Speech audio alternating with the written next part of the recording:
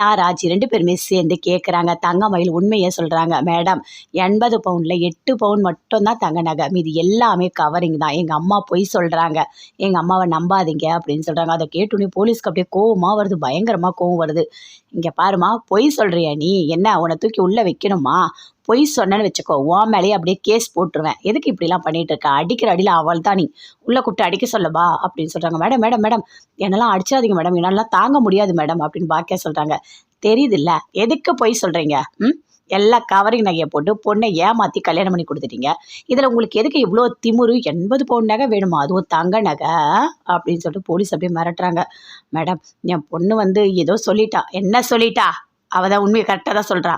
அவள் தான் சொல்கிறாளே 8 பவுன் தான் தங்க நகைன்னு சொல்லிட்டு. எதுக்கு இப்படி போய் பேசுகிறீங்க? எங்கள் டைம் எல்லாத்தையும் வேஸ்ட் பண்ணியிருக்கீங்க அப்படின்னு அப்படியே கோவமாக பேசுகிறாங்க.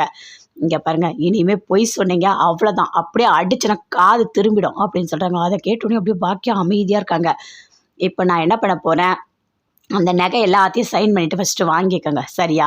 உங்களை நான் அரெஸ்ட் பண்ணுறேன். உங்கள் மேலே நான் கேஸ் போடுறேன். நீங்கள் ஏமாற்றிருக்கீங்க, அந்த குடும்பத்தை ஃபோர்ஜரி பண்ணியிருக்கீங்க அப்படின்னு சொல்லிட்டு போலீஸ் சொல்கிறாங்க. அதை கேட்டோன்னே பாக்கியா அப்படியே ஷாக் ஆகுறாங்க. மேடம் மேடம் அதெல்லாம் பண்ணிடாதீங்க மேடம் அப்படின்னு சொல்லிட்டு, நான் கேஸ் போடுறேன். இங்கே பாருங்கள், ஃபஸ்ட்டு இவங்களை கூட்டிகிட்டு போயிட்டு உள்ளே ஜெயிலில் வைங்க அப்படின்னு சொல்கிறாங்க. என்னது ஜெயிலியா? ஜெயிலெலாம் இல்லை, உள்ளே இங்கே போலீஸ் இருக்காங்கல்ல, அங்கே தான் ரூமில் தான் வைக்கிறாங்க அப்படின்னு சொல்கிறாங்க.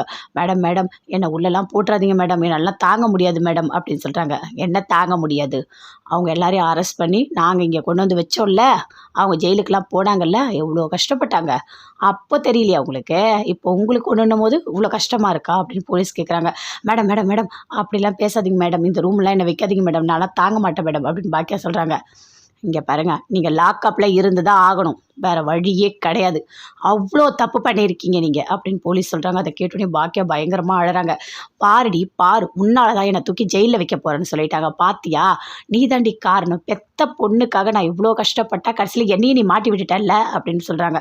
இங்கே பாருங்கள் மேடம், எங்கள் அம்மா ஏதோ என் மேலே இருக்க பாசத்தில் அப்படி பண்ணிட்டாங்க, அவங்கள ஒன்றும் பண்ணிடாதீங்க, அவங்கள விட்டுருங்க அப்படின்னு தங்கமயில் சொல்கிறாங்க.